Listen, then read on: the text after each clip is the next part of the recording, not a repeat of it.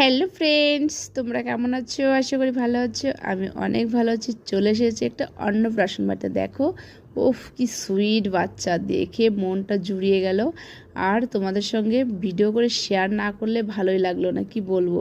ভেবেছিলাম হয়তো আজকে ভিডিওটা করব না, কিন্তু এত সুন্দর ডেকোরেশন আর এত সুন্দর মনোরম পরিবেশ, যা মানে অসম, ভীষণ ভালো লেগেছে, মন কাড়ার মতো। যার জন্য তোমাদের সঙ্গে শেয়ার করার জন্য ভিডিওটা করেই ফেললাম।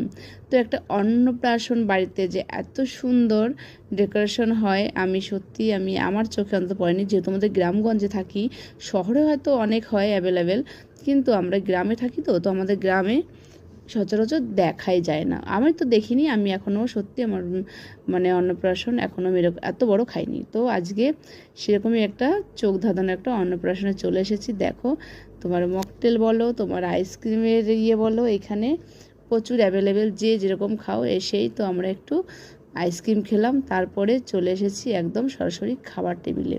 যেহেতু আজকে এই অনুষ্ঠানটায় প্রচুর লোকের অ্যারেঞ্জমেন্ট, তো তার জন্য লেট করে লাভ নেই। লেট করলেই তারপরে কি বলো তো, ধাক্কাধাক্কি বেঁধে যাবে খাওয়ার টেবিল নিয়ে। তো তার জন্য প্রথমে এসে বসে পড়লাম। দেখো, মেনু কার্ডটাও সুন্দর লাগছে। আর এটা তো ভীষণ ভালো লাগছে যে কাঁসার থালার উপরে পদ্ম পাতায় খেতে দেওয়া। মানে এটা আমাদের গ্রামগঞ্জে দেখা যায় না, এগুলো কিন্তু শহরে হয়, কিন্তু আমাদের গ্রামগঞ্জে দেখা যায় না। দেখুন, প্রচুর লোকের অ্যারেঞ্জমেন্ট আছে এখানে। তো সেইভাবে বসে পড়তে পড়ে গেল পাতে লেবু। তারপরে এই দেখো ফিশ ফ্রাই। তো যা মানে এগুলো মুখরোচক খাবার, প্রত্যেকটা মানুষেরই ভালো লাগে। তারপরে পড়ে গেলো নান। আমার পাপা খাচ্ছে না, কিন্তু সব খাবার ও মানে থালায় নিয়ে বসে থাকবে। তারপরে দেখো পনির দিয়ে পনির মশলা। তো আমরা তো খেয়েই নিলাম, আর আমার পাপা খাবার নিয়ে দেখো বসে আছে। এই দেখো, একটু হালকা পাতলা সাজুগুজু করে চলে এসেছি পাড়াতেই, বেশি দূরে না, একটু দূরে। যাক, খুব কাছাকাছি। তো আজকে আমার হাজব্যান্ডের নাইট ডিউটি ছিল, তো সেখানে চলে গেছে। তারপরে আমি আমার শ্বশুর মশাইকে নিয়ে আর আমার 2 ছেলেকে নিয়ে চলে এসেছি। এই দেখো, ডাল দিয়ে খেতে খেতে এখানে পড়ে গেছে এটা কি বলো তো, ভেটকি মাছের পাতুরি।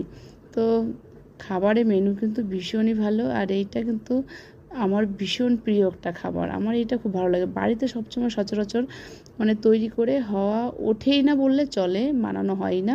কিন্তু অনুষ্ঠান বাড়ির আর খাবারটা বেশি ভালো লাগে। বাড়িতে হাজার করলেও কিন্তু এরকম অনুষ্ঠান বাড়ির মতো হয় না। আমার ভীষণ ভালো লাগে। তারপরে বলতে বলতে চলে এসেছে তোমার পোলাও। তো আমার পাপা দেখো, নিচে হাত দিয়ে আমার থালা থেকে তুলে নিচ্ছে। তারপরে পড়ে গেল গরম গরম খাসির মাংস। ও কী বলবো, আর বলার মতো নেই কিছু। তারপরে দেখো চাটনি, আর দেখো একটা মানে কি বলবো,